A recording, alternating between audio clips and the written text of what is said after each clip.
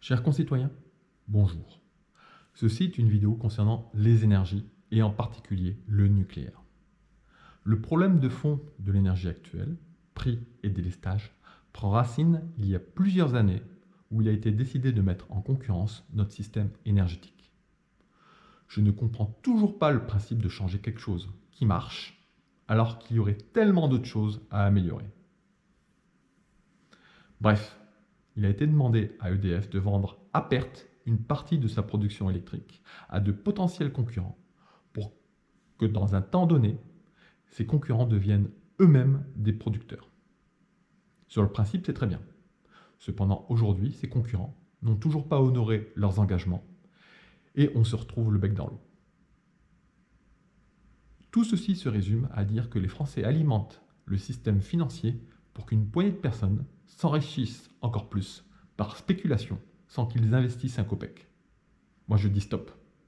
Et rendons à EDF son autonomie, son monopole sous le contrôle de l'État. J'étais un farouche défenseur du nucléaire. Aujourd'hui, je suis beaucoup plus nuancé. Car on découvre un certain nombre de faits que l'on nous cache. Alors oui, la production nucléaire est la plus propre et la moins accidentogène au monde. Mais est-elle la plus sûre et réellement la plus propre? Quand on sait que nous enterrons tous les déchets d'une centrale lors d'un démantèlement, que l'on rejette du tritium dans nos fleuves, que l'on stocke notre carburant nucléaire usagé sans réellement savoir ce que l'on pourra en faire plus tard, que l'eau pour refroidir les réacteurs commence à être déficiente, que l'on ne connaît pas l'état des réserves de combustible mondial, est-ce réellement la solution? En France, une centrale nucléaire doit être démantelée. La dépollution des matériaux, béton et métaux, est enterrée dans des zones réglementées et surveillées. Cela signifie que ces terres ne seront plus exploitables durant de très nombreuses années. Ensuite, il y a des quantités aléatoires de tritium, particules radioactives, qui sont rejetées dans nos fleuves. Il y a des contrôles, évidemment. Mais entre ce qui est dit et ce qui est fait, il y a de grandes disparités. Entre les piscines de stockage temporaires et le centre d'enfouissement de Bure, rien ne va plus. Ces piscines temporaires ou provisoires sont surchargées et portent très mal leur nom.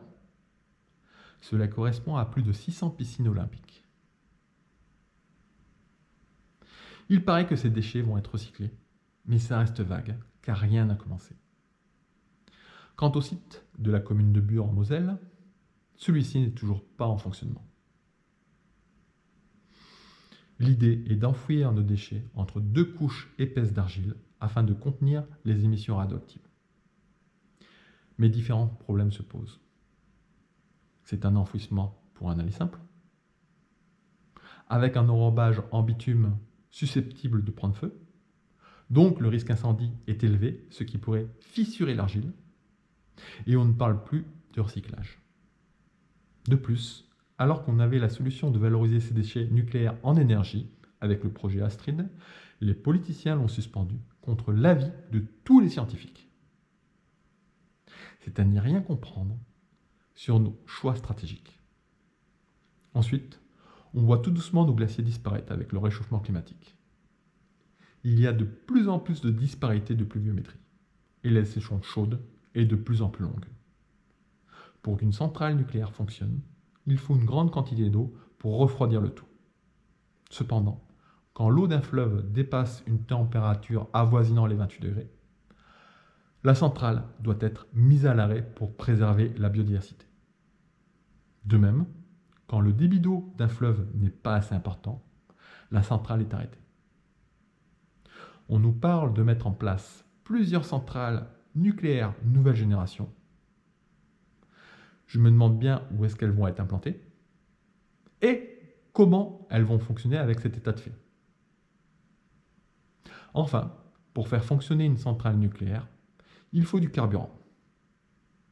Est-on capable de dire quelles sont les réserves d'uranium ou de thorium au niveau mondial qui sont susceptibles d'être utilisées pour une partie de l'humanité au détriment d'une autre?